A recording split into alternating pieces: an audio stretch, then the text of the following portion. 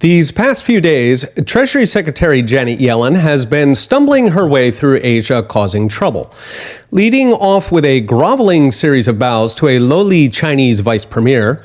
As the New York Post notes, quote, he stood erect during the uncomfortable ordeal, backing away to give her more room to kowtow.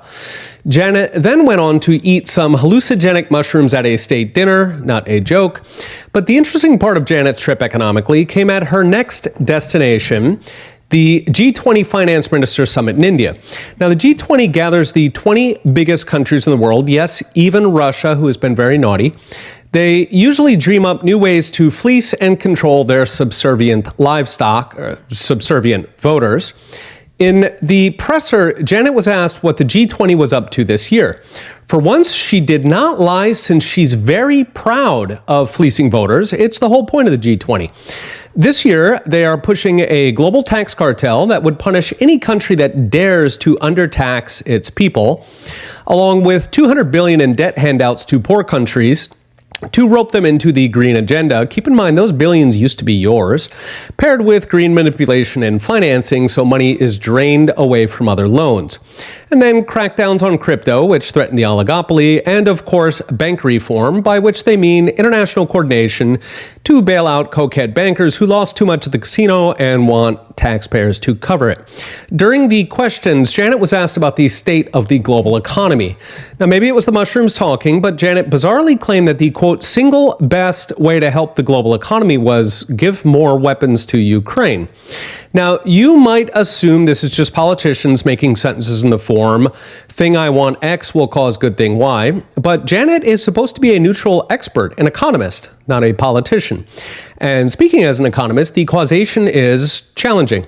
After all, the world economy is currently teetering on the edge of worldwide recession, set off by obscene levels of government spending, leading to near double-digit inflation that elicited raging interest rate hikes that are now crashing banks and costing American taxpayers trillions in pre-bailouts.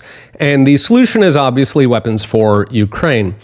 The truth is, the world economy does not care who runs the Donbass. If anything, it's the aid to Ukraine, not the war itself, that causes problems. Since $100 billion in spending crowds out activity here at home, it hogs up money, workers, steel. As for what would help the global economy, easy. Cut the government spending so rates can come back down, while those government resources and workers are freed up to create valuable businesses and sustainable jobs, instead of upping ammo production to blow things up in exotic countries. In fact, as long as we're dreamcasting here, G20 could actually fix the banks by making them full reserve so they don't crash in the first place. And instead of bribing third world countries into energy poverty, they could quit with the green mafia and let poor countries build out the cheap energy they need, things like coal, just like the rich countries did before them.